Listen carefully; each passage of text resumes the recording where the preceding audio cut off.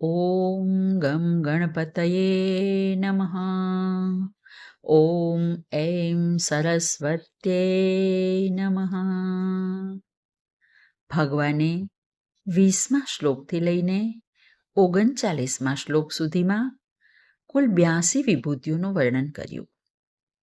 કારણ મનુષ્યને જે વસ્તુમાં વિશેષતા દેખાય તે વસ્તુઓમાં ભગવાનનું દર્શન થાય, ભગવાનનું ચિંતન થાય અને આખરે ભગવત પ્રાપ્તિનું મુખ્ય સાધન સિદ્ધિ વાસુદેવ સર્વમ પ્રાપ્ત થાય.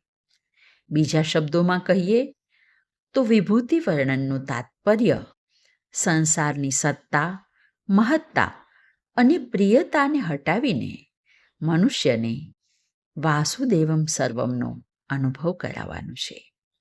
અને હવે આ પ્રકરણનો ઉપસંહાર કરતા ભગવાન આગળ કહે છે, નાંતોસ્તિ મમ દિવ્યાનામ વિભૂતિનામ પરંતપ એષ તુદ્દેશતઃ પ્રોક્તો વિભૂતેર્વિસ્તરો મયા. હે પરંતપ, મારી દિવ્ય વિભૂતિઓનો કોઈ અંત નથી. તેથી આ વિભૂતિઓનો વિસ્તાર મેં તને ટૂંકમાં કહ્યો છે.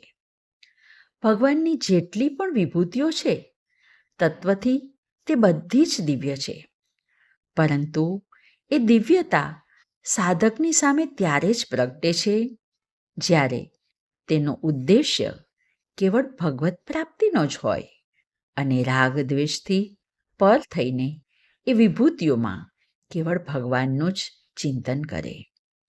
ભગવાન અનંત, અસીમ અને અગાધ છે, તેથી તેની વિભૂતિઓના વિસ્તારનો અંત નથી.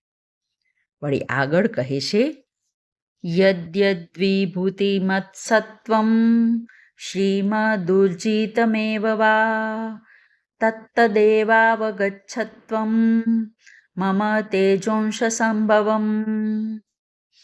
હે અર્જુન, જે કોઈ તત્વ વિભૂતિવાળું હોય, શોભાયમાન હોય, ઉર્જાવાળું હોય, તે બધા તત્વો મારા અંશથી જ ઉત્પન્ન થયેલા છે તેવું સમજીને તું તેનું સન્માન કર.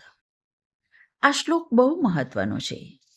અહીં ગીતાની વિશાળતાના દર્શન થાય છે. વિશ્વભરમાં જ્યાં કોઈ તત્વ વિશિષ્ટ શક્તિ સંપન્ન દેખાય તે પરમેશ્વરના અંશથી ઉત્પન્ન થયેલી વિભૂતિ છે. જગતમાં જ્યાં પણ સુંદરતા, સામર્થ્ય કે વિલક્ષણતા દેખાય તે પરમાત્માની છે એમ જાણી લેવાથી તે વસ્તુ કે વ્યક્તિમાં આકર્ષણ ન રહેતા ભગવાનમાં આકર્ષણ થશે. તેથી ભોગ બુદ્ધિ યોગ બુદ્ધિમાં પલટાશે. અને હવે આ અધ્યાયની છેલ્લી વાત કહેતા ભગવાન કહે છે, અથવા બહુનૈતેન કિમ જ્ઞાતેન તવાર્જુન વિષ્ટભ્યાહમિદં કૃત્સ્નં એકાંશેન સ્થિતો જગત. હે અર્જુન, હવે વધુ જાણીને શું કરીશ? આ પૂરું બ્રહ્માંડ હું મારા એક અંશમાં ધારણ કરીને સ્થિત છું. આ શ્લોકનું તાત્પર્ય એ છે કે ભગવાન જ જગત રૂપે સ્થિત છે. ભગવાન અનંત છે, તેથી અનંત બ્રહ્માંડો તેમના કોઈ એક અંશમાં સ્થિત છે. તેથી જ કહ્યું ને, એકાંશેન સ્થિતો જગત. અને તેથી જ ભગવાન કહે છે કે મારા તરફ જોવાથી પછી કોઈ વિભૂતિ જોવી બાકી નહીં રહે.